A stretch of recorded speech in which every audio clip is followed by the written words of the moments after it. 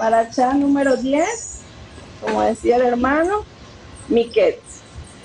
El significado es al final, ¿ok? Al final. Y en esta parashá, que es muy bonita, podemos aprender muchísimas cosas. Esta parashá tiene muchísima enseñanza y muchísimos simbolismos y también muchísima profecía. Y también tiene muchísimos elementos mesiánicos. Y vamos a ir poco a poco estudiando, pues, y desmenuzando cada uno de ellos.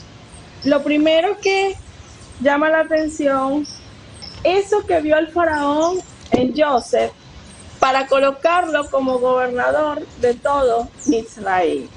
Recuerden que cada vez que nosotros leemos la palabra, la Torá, usted la tiene que leer con el sentido de que eso que está allí tiene que dejarle una enseñanza a usted para aplicarlo en su vida. Porque si no, solamente estaríamos leyendo historias, solamente estaríamos leyendo el pasado, solamente estaríamos leyendo la historia de alguien más, no tuya. ¿Correcto? En este caso estamos leyendo la historia de Joseph, algo que aconteció hace miles de años.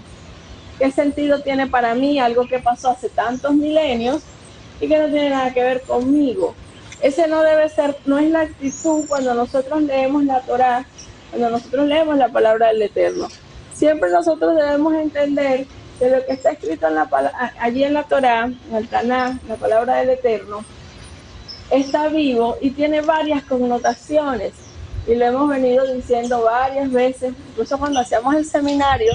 Recuerden que el hebreo es pictográfico, si se acuerdan que lo hablábamos, y que en esa pictografía una misma palabra puede tener cualquier cantidad de connotaciones, de simbolismos, de conceptos, ¿ok?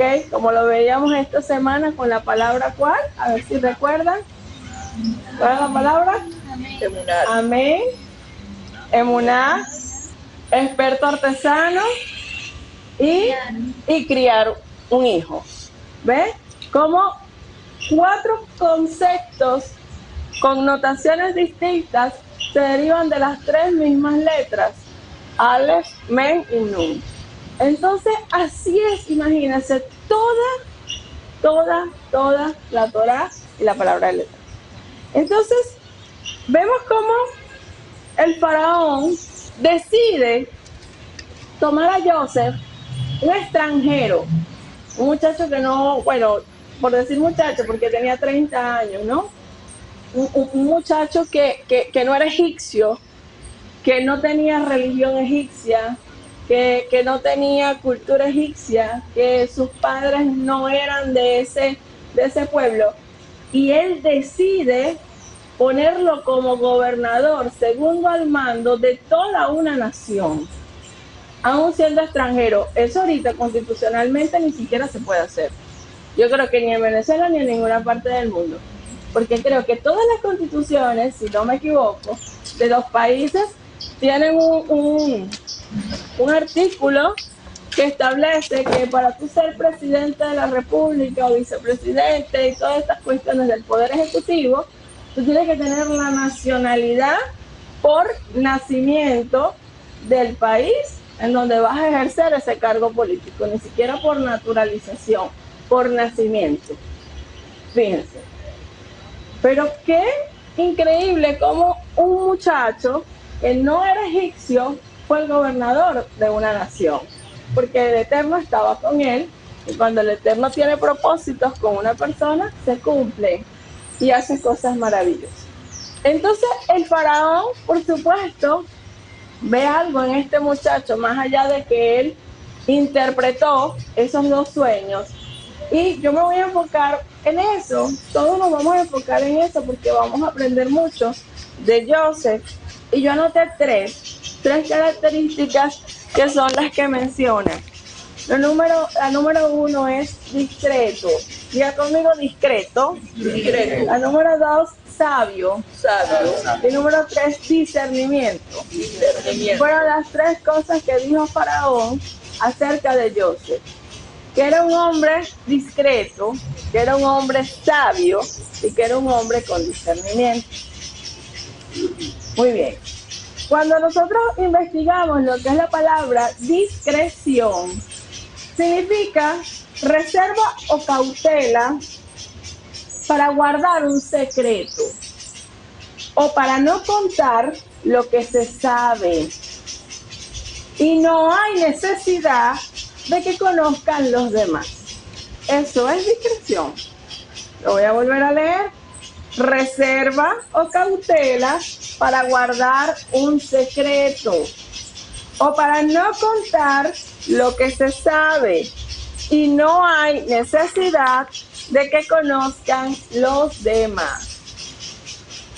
Si yo sé que a mi hermano ese secreto, esa noticia o esa información no lo beneficia, no lo perjudica, no lo hace crecer espiritualmente, no hay necesidad de que él lo sepa, ¿para qué se lo voy a decir? Y eso es lo que se conoce como discreción. Todo lo que sale de allí es chisme. O sea, aquí hay solamente dos posiciones. O eres discreto o eres chismoso. No hay un intermedio. O eres discreto o eres chismoso. No hay un intermedio.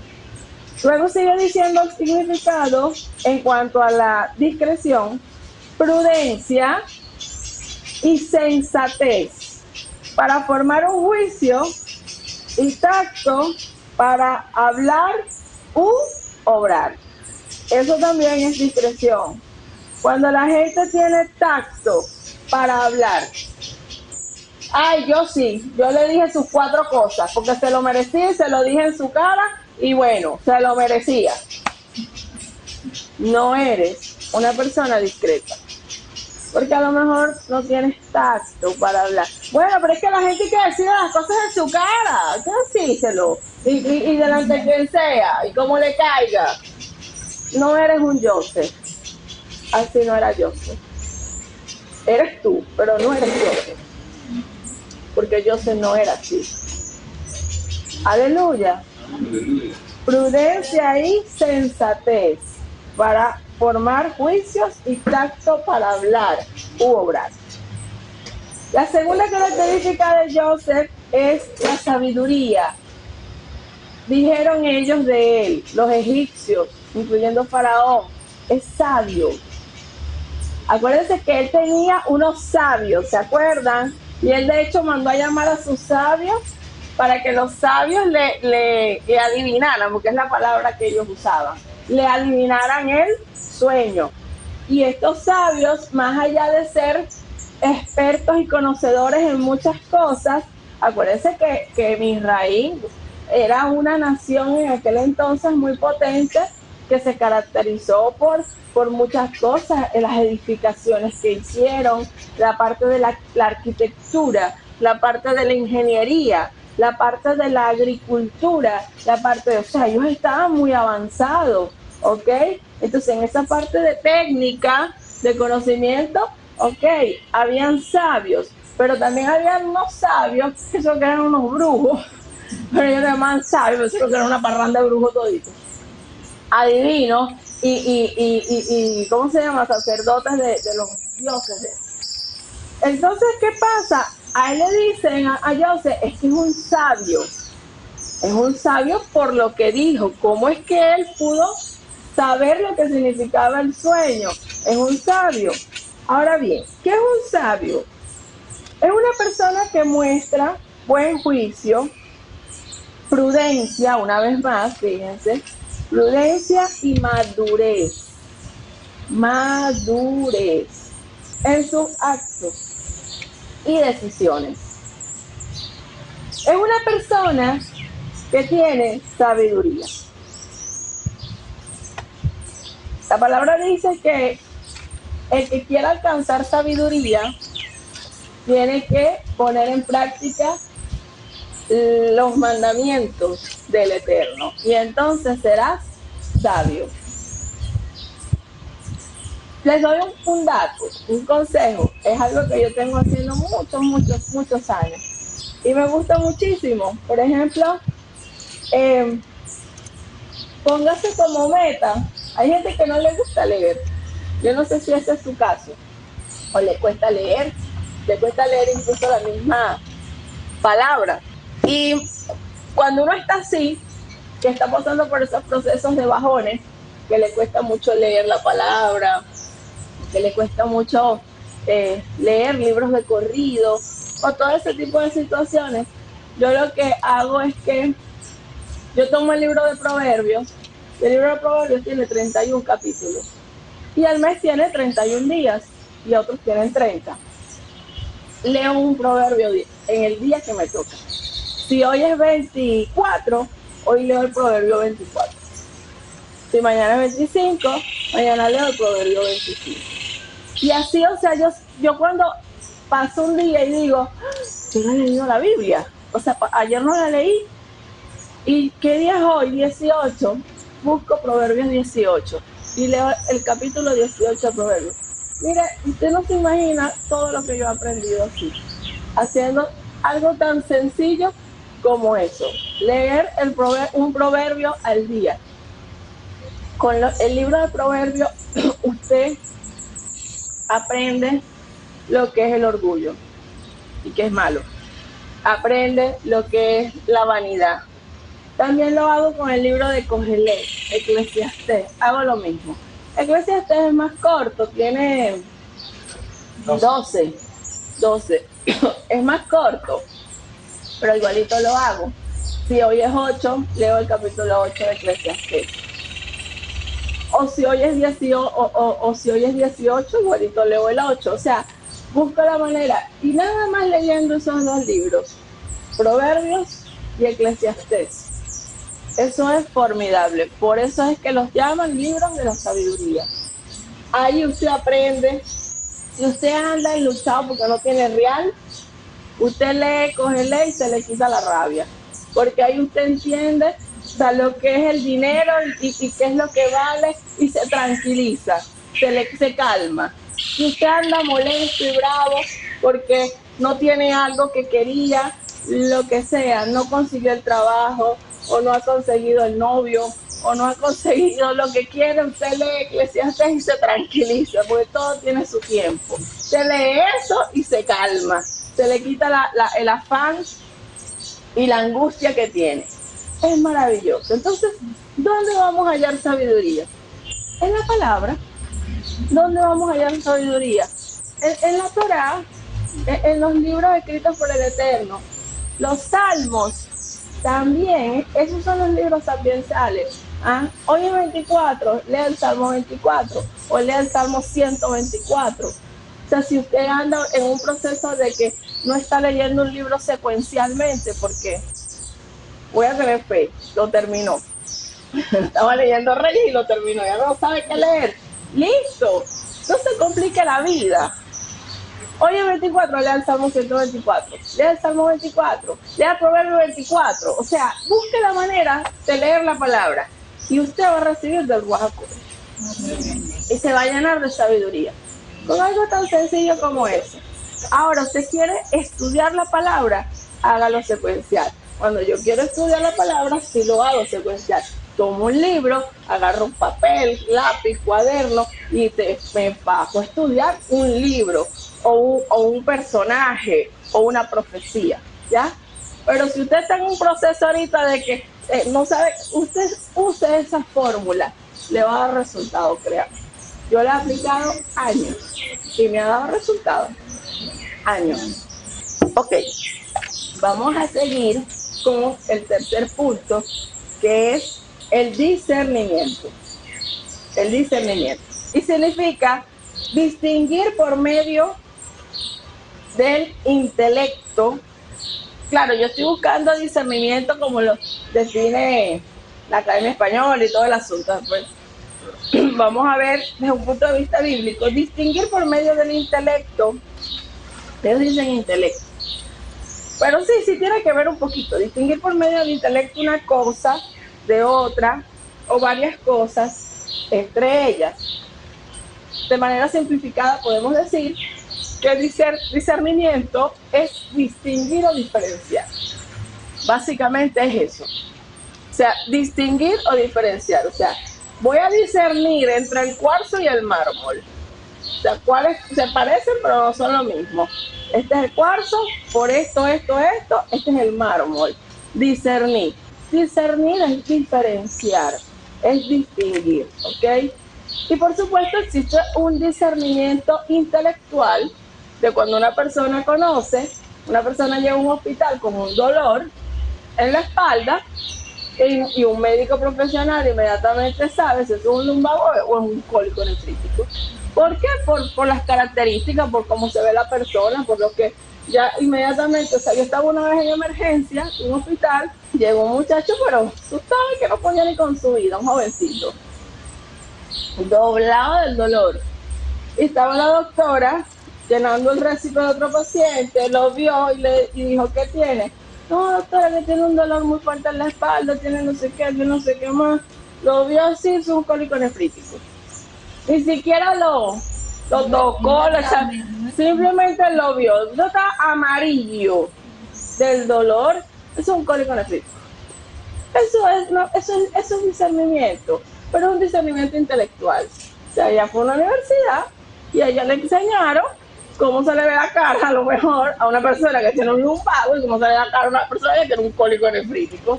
Listo, le vio la cara, le vio la dobladura, le vio lo que sea y discernió. Ahora bien, así como ocurre de manera intelectual, también ocurre de manera espiritual y existe un discernimiento espiritual que forma parte de los dones del Ruach HaKodesh. Amén. Y que te permite diferenciar lo bueno de lo malo. Y ese es uno de las cosas que lamentablemente ahorita la humanidad pues está sufriendo mucho, porque no tienen discernimiento espiritual. Ahorita la humanidad no sabe qué es lo bueno y qué es lo malo. La humanidad está llamando a lo malo bueno, está llamando a lo bueno malo. Bueno, el discernimiento. El discernimiento espiritual, ahora bien, es un don dado por el Ruach HaKodesh, en donde la persona tiene, por decirlo así, la capacidad. Existe lo que es el discernimiento de espíritus, que es un don como tal, en donde la persona ve a otra y dice, tiene un espíritu de tal, tal y tal. ¿Cómo lo sabes? Porque es un don del Ruach HaKodesh. O sea, uno ve a la persona y ya uno sabe el espíritu que hay en la persona. Con verla solamente. Con solamente verla. O sea, yo puedo ver un niño y yo veo el espíritu que hay en el niño, que hay en la niña. Yo lo veo clarito. A veces lo ves en visión. Veo una persona y le veo serpientes que le caminan por el cabello. También me ha pasado. Le veo una culebra caminando por la cabeza. Y también pasa que cuando la persona tiene ese don, ve a otra persona y le ve el espíritu o sea, en este caso no sería el espíritu, por supuesto. Le ve el Ruach HaKodesh, pero le ve el don del Ruach HaKodesh. O sea, que es la parte del discernimiento. Y ya uno sabe, él tiene el don de maestro o él tiene el don de profeta. O sea, está allí. La persona no está ejerciendo el ministerio, ni siquiera lo sabe, pero el que tiene don de discernimiento de espíritu ya sabe que eso está allí, porque disciernes el Ruach HaKodesh, ¿me explico? Disciernes el espíritu que está en la persona. A lo mejor esa persona, si sigue los caminos del Eterno, va a hacer eso, pero si se desvía, obviamente se perdió, pero ahí está. O sea, ahí está. Eso es discernimiento espiritual, y por supuesto discernir lo que es bueno y lo que es malo. Joseph tenía todas estas cosas. Todas estas cosas las tenía Joseph, y por eso lo nombran gobernador de Misraí, y fue lo que el mismo faraón, en medio de todo su paganismo y su maldad, pudo ver. Porque cuando tú estás en una posición de autoridad, tú conoces muchas cosas, tú aprendes a conocer a la gente. Díganme lo que son jefes de recursos humanos, talento humano. sea, llega un punto que cuando tú trabajas con personal, trabajas con gente, tú aprendes a conocer la conducta de las personas, tú aprendes a conocer el carácter, la actitud, y ya tú ves a la persona y tú sabes que esa persona, ese va a terminar siendo un falta de respeto, o va a ser irresponsable. O ven a la persona en una entrevista de trabajo y dicen, ese tiene el potencial, ese va a ser un buen trabajador, contrátalo. Por eso es que estudian a veces psicología también un poquito, los jefes de talento humano, los administradores de recursos humanos, ¿no? Le meten un poquito también a la psicología y por eso cuando entrevistan a la persona, o sea, con preguntas claves y observando el lenguaje corporal ya se dan cuenta si la persona tiene un trastorno, si la persona tiene un trastorno, si es altivo, si no cumple las reglas. Con la entrevista ya lo disciernen. Para eso es la entrevista. Entonces, cuando tú vas a un trabajo, no solamente mandas el currículum de entrevista, y esa persona que te entrevista lo que te está es discerniendo con técnicas para ver tu lenguaje corporal, tu manera de hablar, todo lo que tú haces. Y lo anota. Este no va para lo ahí. Ya me mostró que. Entonces, todo eso lo tenía Joseph. Joseph tenía discreción, era sabio y tenía discernimiento. Aleluya. Aleluya. Vamos a leer en 1 Corintios, capítulo 12, versículo del 6 al 11. Si alguien lo puede leer. 1 Corintios 12, del 6 al 11. Y hay diversidad de actividades, pero Elohim, que está energizando todas las cosas en todos, es el mismo. Y a cada uno le es dada manifestación del Espíritu para provecho mutuo. Porque a uno por el Espíritu le es dada palabra de sabiduría, a otro palabra de conocimiento según el mismo Espíritu, a otro por el mismo Espíritu, y a otro fe por el mismo Espíritu, y a otros dones de sanidad por el único Espíritu, a otros poderes milagrosos, a otros profecías, a otros discernimientos de espíritu, a otros distintas lenguas, y a otro interpretación de lenguas. Pero todas estas cosas las energiza el único y el mismo Espíritu, repartiendo en particular a cada uno como Él quiere. Ahí está. ¿Lo ven?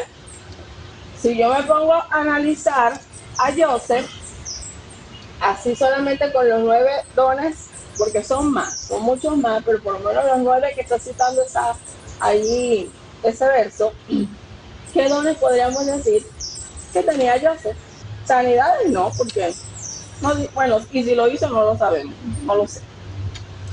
Por lo menos sanidades lo voy a descartar. Ajá, donde sabiduría, donde conocimiento, ¿cuál más? Donde profecía, él profetizó, tiene 6 años de hambruna, era un profeta. Joseph era un profeta, profecía, discernimiento de espíritu, lo tenía. Él le decía, le dijo a los coperos, el panadero, mira, ese sueño significa tal cosa y te vas a morir. Tienes la muerte encima. Te vas a morir. Discernimiento de espíritu, tenía discernimiento. Todos los dones que tenía Joseph. ¿Ok? Entonces, la profecía es un don que te permite ver el futuro. El don de conocimiento es un don que te permite ver el presente y el pasado. ¿Ok? Profecía es el futuro. Conocimiento, presente y pasado de la persona. Entonces, todo eso lo tenía yo. Vamos a continuar. Vamos a leer en Primera de Reyes, que es los profetas de esta parachá. Primera de Reyes, capítulo 3, del 16 al 28. ¿Sí? Primera de Reyes 3, 16, 28. Después de esto, apareció... Antes de que él lea, para ponerlos en contexto, es una lectura sobre el rey Salomón, quien es conocido como, bueno, uno de los hombres más sabios de la historia, ¿no? El rey Salomón. Entonces está en esta parachá justamente, o lo colocaron así, y pienso que es porque está haciendo alusión a lo que estamos hablando de lo que es ser un hombre sabio, ¿no? Y vamos a leer una historia real, verídica, de el rey Salomón y cómo él aplicó juicio y prudencia y sensatez. Después de esto, aparecieron dos prostitutas delante del rey y se pararon delante de él. 3:16. Una de las mujeres dijo: escúchame, mi señor, yo y esta mujer vivimos en la misma casa, y cuando ella estaba en la casa, yo di a luz un bebé. 3 días después yo di a luz. 3:16. Esta mujer también dio a luz. Estábamos juntos en la casa. No había nadie más con nosotros en la casa, excepto nosotros dos. Durante la noche, el hijo de esta mujer murió, porque ella volvió y cayó sobre él. Ella se levantó en el medio de la noche y tomó a mi hijo del lado mío, mientras tu sirvienta estaba durmiendo, y lo puso en sus brazos. Y ella puso el niño muerto en mis brazos. Cuando yo desperté en la mañana para dar de amamantar a mi hijo, allí estaba, muerto. Pero cuando miré de cerca más tarde en la mañana, no era el hijo que yo di a luz. La otra mujer respondió: no, el que vive es mi hijo, y el muerto es tu hijo. Así como ellas hablaron en presencia del rey. Entonces el rey dijo: esta mujer dice, el que vive es mi hijo, tu hijo es el muerto. Mientras que la otra dice: no, el muerto es tu hijo y el que vive es mi hijo. Tráiganme una espada, dijo el rey. Trajeron la espada al rey. El rey dijo: corten al niño en dos, den una mitad a una y la otra mitad a la otra. A esto la mujer a quien le pertenecía el niño vivo se dirigió al rey, porque ella sí tenía sentimientos muy fuertes hacia el niño. Oh, mi señor, dale el niño, no debes matarlo. Pero la otra dijo: no será ni tuyo ni mío, ni vivo. Entonces el rey respondió: den al niño a la primera mujer, no lo maten, porque ella es la madre. Todo Israel oyó este juicio que el rey había juzgado, y temieron al rey, porque ellos vieron que la sabiduría de los niños estaba con él para ejecutar juicio. ¿Habían leído esa historia? Las dos prostitutas fueron: no es mi hijo, no es el mío, no es el mío. No, vamos a resolver esto. Busquen una espada, vamos a picarlo por la mitad. Tú te llevas la mitad y la otra se lleva la mitad. Y listo, problema resuelto. La que no era la madre que dijo, me parece bien, que lo pican por la mitad. Pero la que no era. Pero la que era la madre que dijo: no, mi señor, dáselo a ella. O sea, yo prefiero que quede vivo. Y bueno, que se lo deja a ella, pues, pero no que lo mate. Y ahí el rey se dio cuenta: esta es la mamá. O sea, la mamá razona así. Entonces, parece un chiste esa historia, es real, pero es sabiduría. O sea, eso es sabiduría que da el Eterno. El Eterno te da sabiduría para hacer las cosas. En el caso de José, el Eterno le dio sabiduría para administrar los recursos de Misraim. El Eterno le dio la sabiduría. Le dio la sabiduría para construir los depósitos, le dio la sabiduría para que durante los 7 años de bonanza, ellos entonces almacenaran producto, ¿ok? Guardaran producto, no lo consumieran todo, sino que ahorraran. Y eso lo veíamos también en el seminario de Shalom, cuando les decía lo que era ser buenos administradores y ahorrar una parte. Aquí hablaban del 20%, dice la historia. Entonces, lo que es ahorrar, de que no hay excusa para decir: no, es que no puedo ahorrar nada. Es que no ahorras, por eso es un cambio, es un paso de fe. Cuando así, y eso todos los empresarios, les decía yo, todos los empresarios famosos y más adinerados del mundo, cuando ellos han escrito sus libros y han dado sus seminarios, porque ellos dicen lo mismo y me llama la atención. Cuando tú ves la misma cosa dicha por varias personas, a la vez, incluso personas que ni siquiera tú puedes decir son judíos, guardan la Torá o lo que sea, tú tienes que prestar atención porque allí puede haber un principio, un principio, y ellos dicen lo mismo. ¿Por qué no ahorras? Porque tienes que ganarte $10,000 mensuales, ahí sí tienes para ahorrar. No, por eso es que no te los ganas. Porque si así tú te ganes $5 mensuales, usted tiene que apartar de esos 5, así sea medio centavo, 10 centavos de dólar. Ahórralos. La gente actúa de manera errónea. Piensan que tienen que ganar mucho para poder ahorrar. Y como ganan poco, no pueden ahorrar. Por eso es que ganas poco, porque no ahorras. Hay un misterio en lo que es el dinero. Hay un misterio en lo que son los recursos. Y cuando digo un misterio, estoy hablando de que no conocemos. Decía Shaul, en parte vemos, en parte conocemos, pero no conocemos todas las cosas.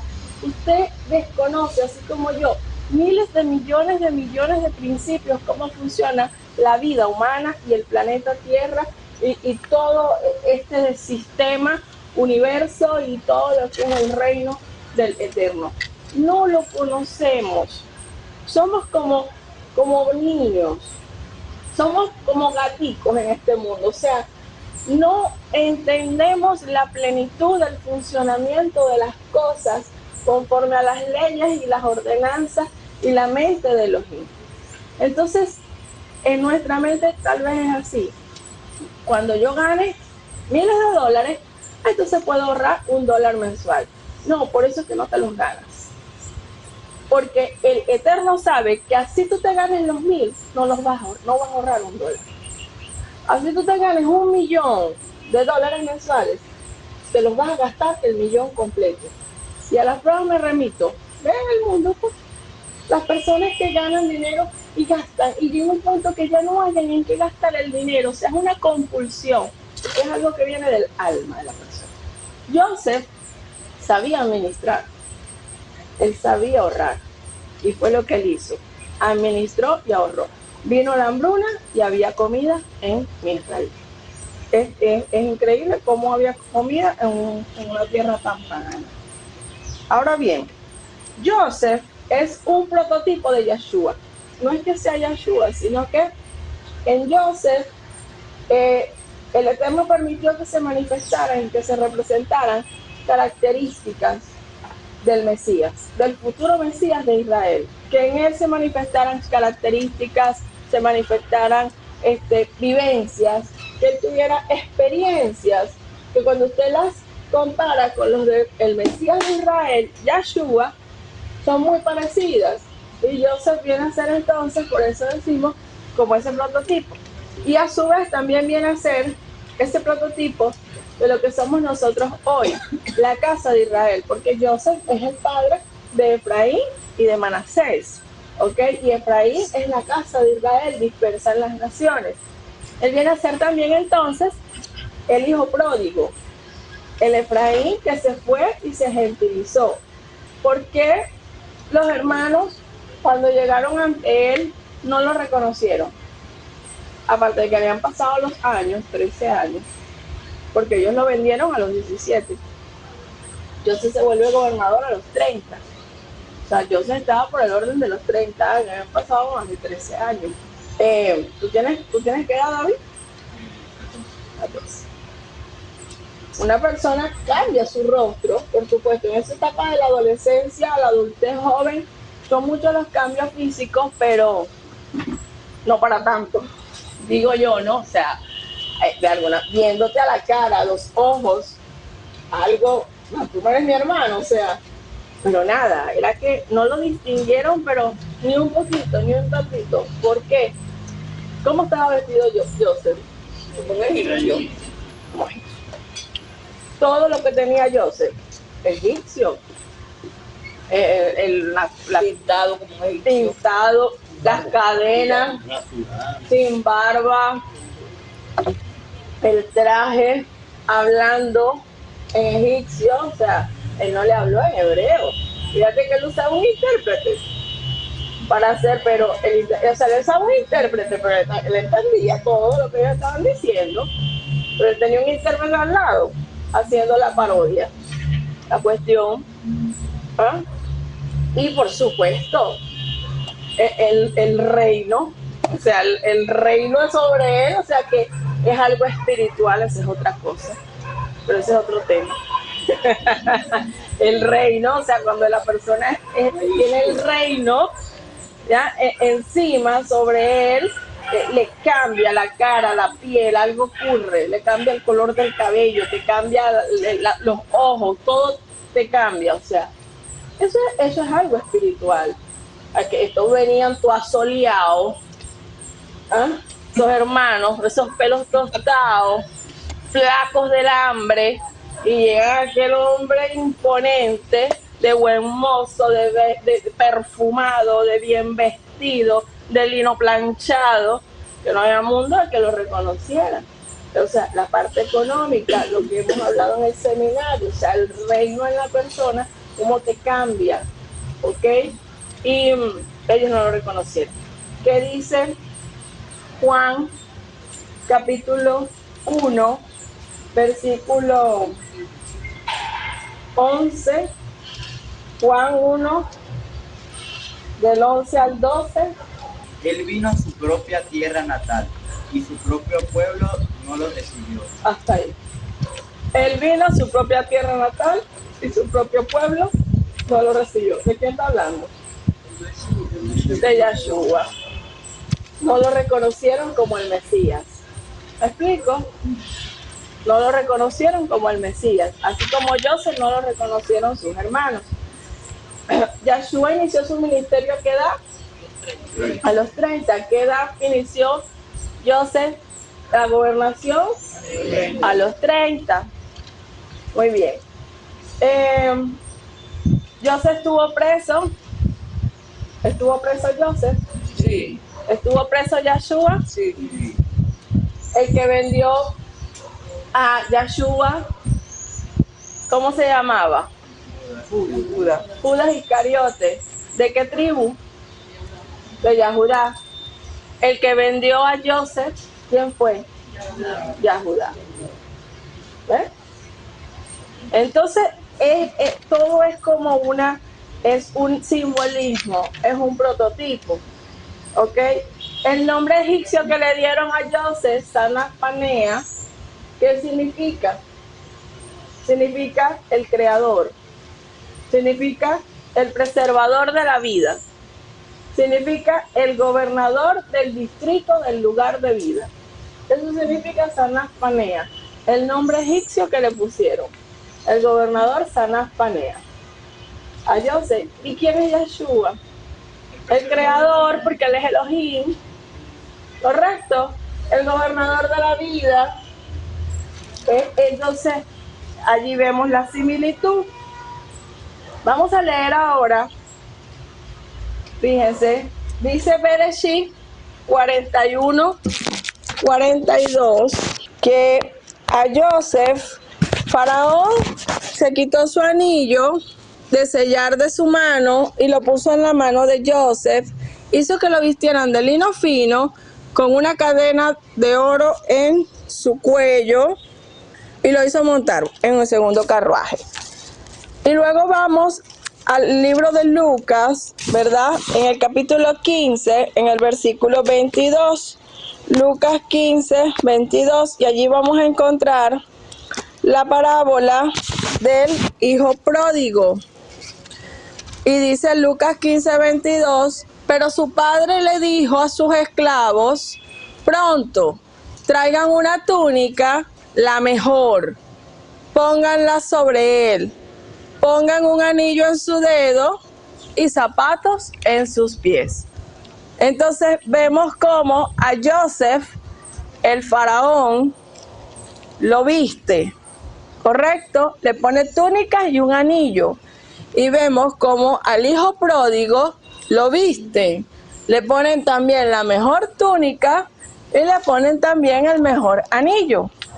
Y vuelvo y repito, ese hijo pródigo, ¿quién representa? Los hijos de Joseph. Efraín, que se gentilizó y se paganizó y se perdió entre las naciones. Y tiene que volver, entonces, una vez más a casa. Vemos allí cómo está todo eso relacionado. Ahora bien, como les decía, Judá es el que vende. A todo el que pueda. Judá vende todo, los judíos venden a todo lo que pueda. lo vende. Pues esos son buenos haciendo plata, diciendo comerciales. Ellos venden hasta la familia, ellos venden a los hermanos, venden a los mesías, ellos venden a todo el mundo. Son buenos haciendo plata, ¿verdad? Entonces, ¿qué ocurrió cuando la copa se la ponen en el saquito a Benjamín, ¿verdad? Yo soy Benjamín, recuerden, son hijos de Rachel, son hermanos de padre y madre. Y él agarra y le pone la copa en el saco a Benjamín. Y bueno, ni modo, Benjamín es el que, claro, esa es parte de la paracha siguiente, luego que Benjamín es el acusado como culpable. Pero ¿quién lo defiende, por supuesto? En este caso, ¿quién pasa ahora a dar la cara? Judá. ¿Por qué? Por el arrepentimiento que tenía de haber vendido a José. O sea, ya le pasó una vez, pues, ahora no me va a volver a pasar. Y entonces Judá es quien adquiere ese compromiso con Jacob y le dice, o sea, con mi vida yo te lo voy a cuidar, porque ya viene de pasar un proceso de tantos años, sentirse culpable de que él vendió a Joseph. Y entonces Judá asume esa responsabilidad, y eso es hasta el sol de hoy. Por eso es que en la dispersión Judá y Benjamín quedaron juntos, y por eso es que en la tierra de Israel los que están son los judíos y los benjaminitas. Judá y Benjamín se quedaron juntos, porque eso hasta el sol de hoy se cumple, que Judá con su palabra declaró eso y se ató. O sea, yo voy a estar con él por siempre, y están juntos hasta el día de hoy. En la tierra de Israel son los descendientes de estas dos tribus. Pero el resto de las 10 tribus están por todo el mundo, como Joseph, paganizados, gentilizados, vestidos como las demás naciones, dispersados, ¿ok? Fíjese bien, Elohim necesita hijos que sean, número 1, discretos, número 2, sabios, y número 3, con discernimiento, tanto intelectual como espiritual, porque los dos son buenos. Los dos son buenos, tanto discernimiento espiritual como discernimiento intelectual. Elohim necesita hijos así. ¿Para qué? Para darle ministerios y darle gobernaciones. Darle las gobernaciones. Fíjese, Misraim, vino la hambruna en todas las naciones, pero en Misraim había comida, en una de las tierras más paganas. ¿Por qué? Porque había un justo allí. Había un hombre que era sabio, discreto y con discernimiento, Joseph. Y por estar un justo, sabio, discreto y con discernimiento en Egipto, la hambruna no golpeó a Egipto. El mundo estaba perdido, un desastre, pero había un hombre sabio, discreto y con discernimiento, Noah. Vino un diluvio, arrasó a la humanidad, pero había un hombre discreto, sabio y con discernimiento, Noah, y se salvó, y su familia con él. Un hombre. Ur de los Caldeos, un desastre de paganismo y de idolatría y de brujería. Pero había un hombre discreto, sabio y con discernimiento, Abraham. Y a ese lo sacó para hacer con él una gran nación.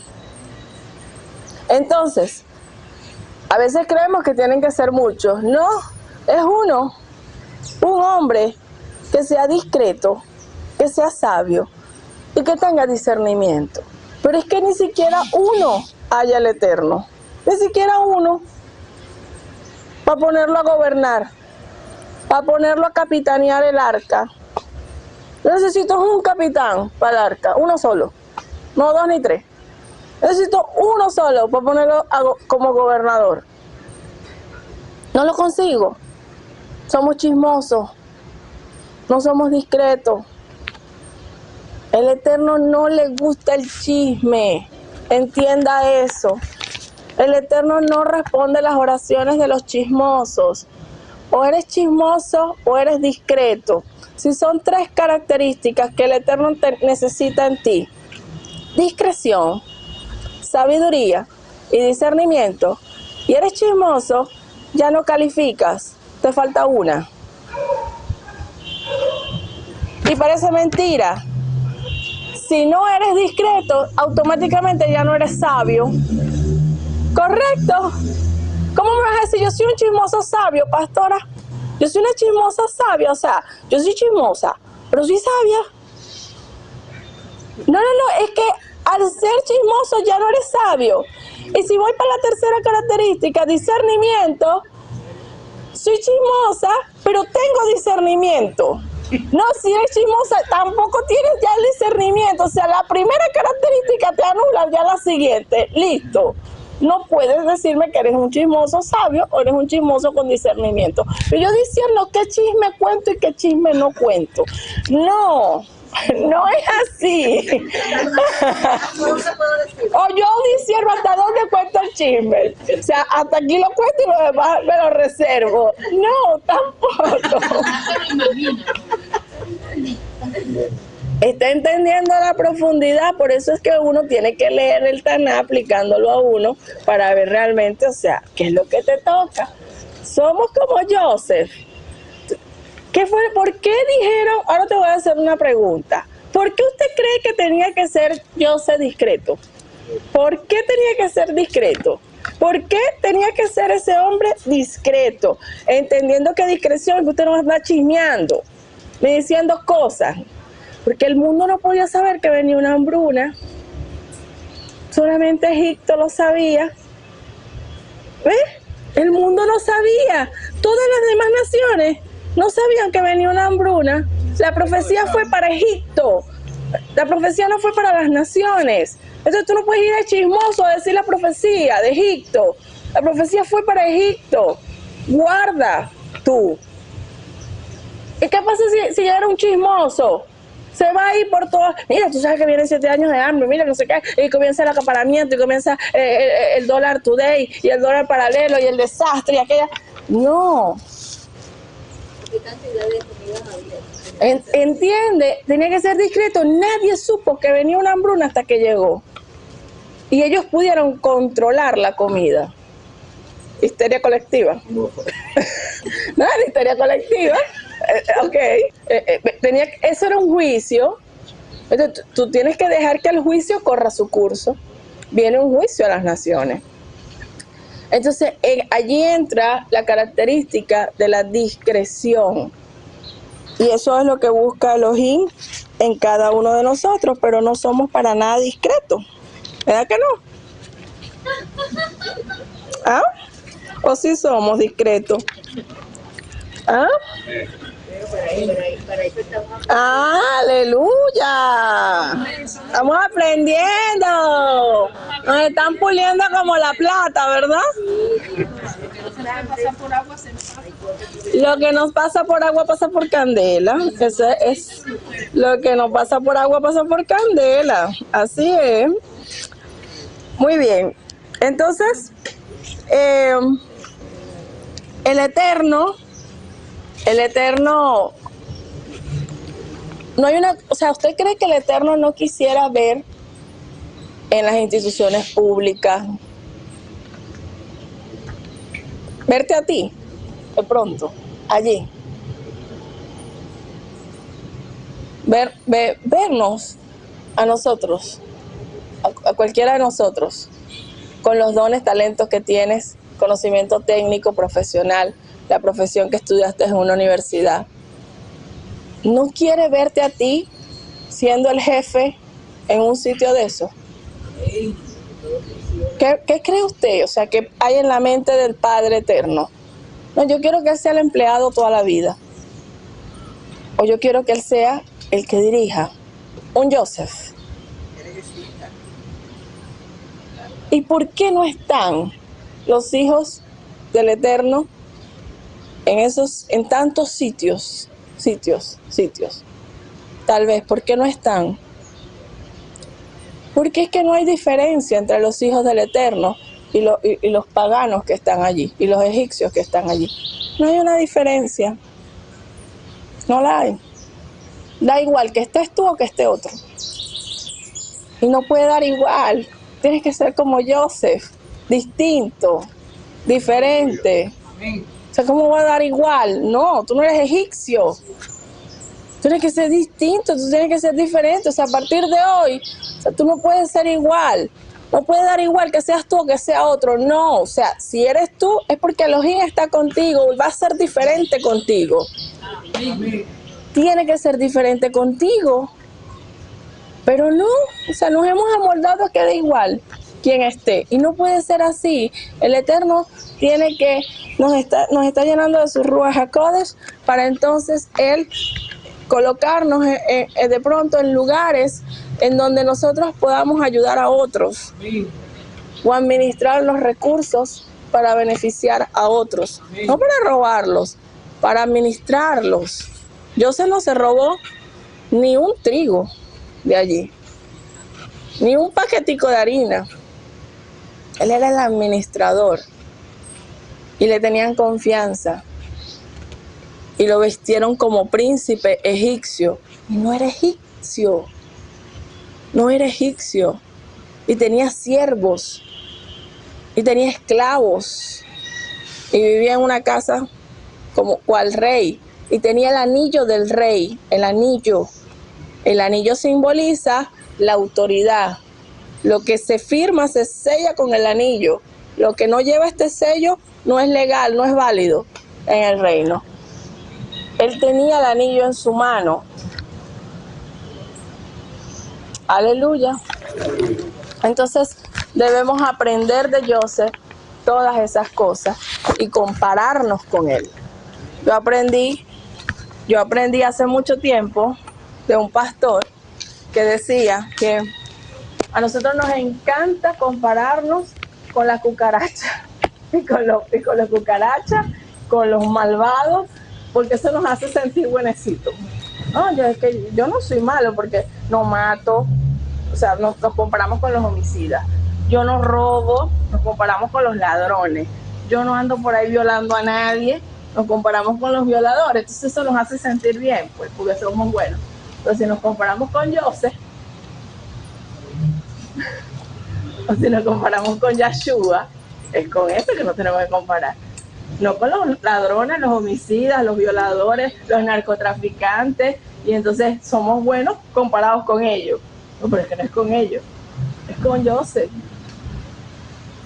que es un prototipo, ojo, es un prototipo. Es con Yeshua, ni siquiera con los apóstoles, con Yeshua. Vamos a compararnos con Yeshua.